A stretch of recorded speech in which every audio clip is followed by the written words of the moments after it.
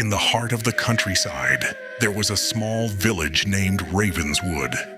It was a quiet, peaceful place, surrounded by rolling hills and dense forests.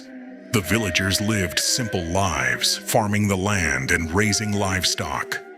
But there was something strange about Ravenswood, something that lurked in the shadows, waiting to strike. It started with small things.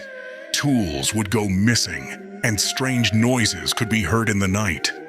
At first, the villagers thought it was just animals, but as the occurrences grew more frequent, they began to suspect that something was amiss. One of the villagers, a young girl named Emily, was the first to see it.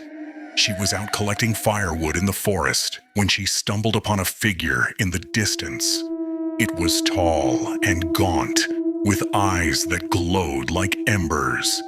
Emily ran back to the village screaming, but when she told the others what she had seen, they just laughed and told her she was imagining things. But Emily knew what she had seen, and she was determined to uncover the truth. She began to investigate, sneaking out of the village at night to explore the forest. That's when she discovered that the villagers were not what they seemed. They were all possessed by some kind of evil spirit, and they were being controlled by a powerful entity known as the Shadow King.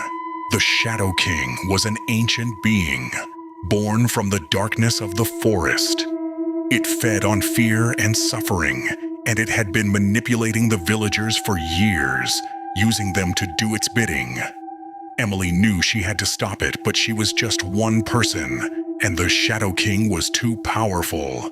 As the nights grew darker, the villagers began to change. They became more aggressive, attacking anyone who got in their way. Emily tried to warn the others, but they just laughed and told her she was crazy. She knew she had to escape, but the village was surrounded by the forest, and she had no way of getting out. One night, the Shadow King came for Emily. It appeared in her room, its eyes blazing with fury. Emily tried to scream, but her voice was frozen in her throat.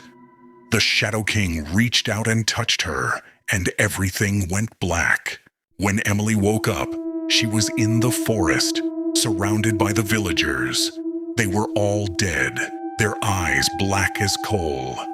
The Shadow King stood over her, its voice echoing in her mind. "You will be mine," it said. "You will be the one to bring me the fear and suffering I crave."